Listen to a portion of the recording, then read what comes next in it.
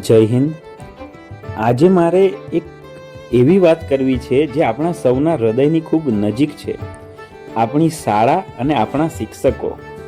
મિત્રો, તમે ક્યારેય કોઈ સ્વાદિષ્ટ થાળી જમ્યા છો?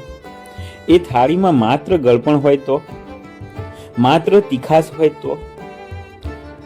એક ઉત્તમ વાનગી ત્યારે જ બને છે જ્યારે તેમાં મીઠું, મરચું, સાકર, હળદર અને ગરમ મસાલાનું યોગ્ય પ્રમાણ હોય. બસ આપણી શાળા પણ એક આવી જ રસોઈ છે અને આપણા શિક્ષકો એના અલગ અલગ મસાલા છે.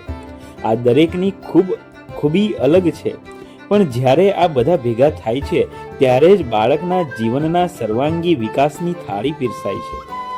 ચાલો આ સુંદર શાળાના 7 અલગ અલગ રંગોને સકારાત્મક દ્રષ્ટિથી ઓળખીએ. પહેલા છે પ્રેરિત શિક્ષક, જેઓ શાળાની સાંકર સમા છે. આ એવા શિક્ષકો છે જે શાળાના વાતાવરણને હંમેશા મીઠું બનાવે છે. કોઈ પણ નવું કામ હોય, એમનો હાથ સૌથી પહેલા ઊંચો હોય. આ એ ઉર્જા છે જે બીજાને પણ દોડતા કરી દે છે. બીજા છે તટસ્થ શિક્ષક, શાળાનું દહીં કહેવાય. ક્યારેક શાળામાં કામનું ખૂબ ટેન્શન હોય ત્યારે આ શિક્ષકો શાંત અને નિષ્ક્રિય રહીને પણ વાતાવરણને સ્થિરતા બક્ષે છે. તેઓ કોઈનો વિરોધ નથી કરતા, બસ પોતાના કામમાં મસ્ત રહે છે. તેઓ આપણને શાંતિ જાળવતા શીખવે છે.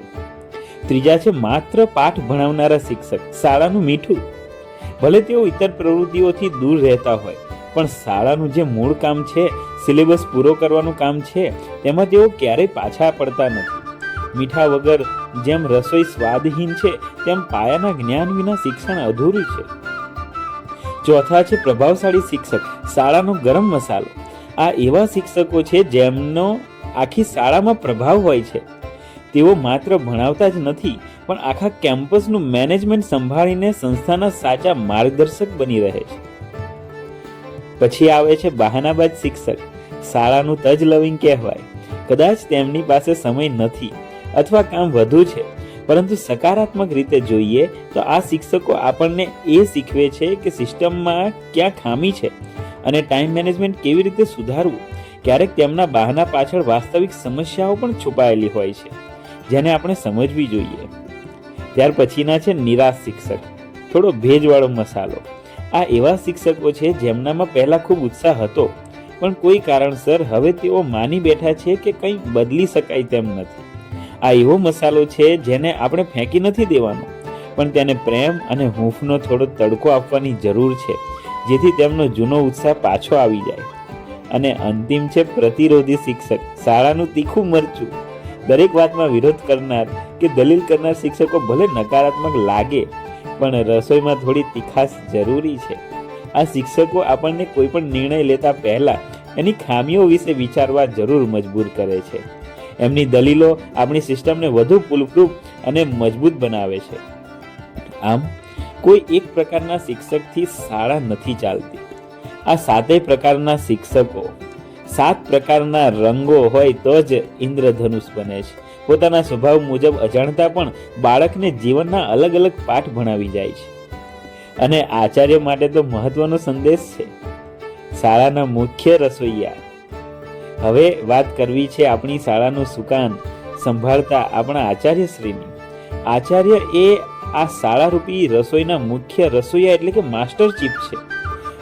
અહીં આપેલા આચાર્ય માટેના 3 સોનેરી સિદ્ધાંતો ખરેખર અદ્ભુત છે. પહેલા છે બધાને એક સરખા બદલવાનો પ્રયાસ ન કરો. જેમ રસોઈમાં મીઠાની જગ્યાએ ખાંડ ન વાપરી શકાય, તેમ દરેક શિક્ષક અલગ છે. એક સારા આચાર્યની ખૂબી એ છે કે તે દરેક વ્યક્તિની શક્તિઓને ઓળખે છે અને તેની મર્યાદાઓને સ્વીકારીને તેની પાસેથી શ્રેષ્ઠ કામ લે છે. બીજું સૂત્ર છે 20% શિક્ષકો જ શાળા બદલે છે. એક કડવી વાત પણ સાચી વાસ્તવિકતા છે કે શાળામાં 20% શિક્ષકો એવા છે જેમના ખભા પર આખી શાળા ટકેલી હોય છે.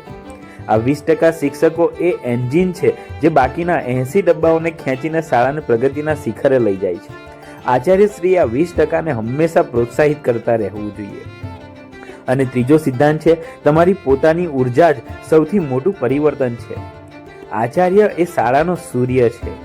જો આચાર્ય જાતે હંમેશા પ્રેરિત અને ઉત્સાહિત રહેશે તો એમના ચહેરાનું તેજ અને એમની ઉર્જા જોઈને આખી શાળાનું વાતાવરણ આપોઆપ સકારાત્મક બની જશે. નિરાશ થયેલા શિક્ષકો પણ એમની ઉર્જાથી રિચાર્જ થઈ જશે. માટે અંતિમ સંદેશ એ છે કે આપણા સૌ માટે એક મંત્ર છે કે પ્રેરિત શિક્ષક અને સકારાત્મક નેતૃત્વ જ શાળાની અસલી તાકાત છે. તો ચાલો આપણે સૌ ભલે અલગ અલગ સ્વભાવના હોઈએ, પણ એકબીજાની ખામીઓ ભૂલીને ખૂબીઓને અપનાવીએ અને આપણા બાળકોના ઉજ્જવળ ભવિષ્ય માટે એક અદ્ભુત, સ્વાદિષ્ટ અને પૌષ્ટિક શિક્ષણની થાળી તૈયાર કરીએ. જય હિન્દ, જય શિક્ષણ.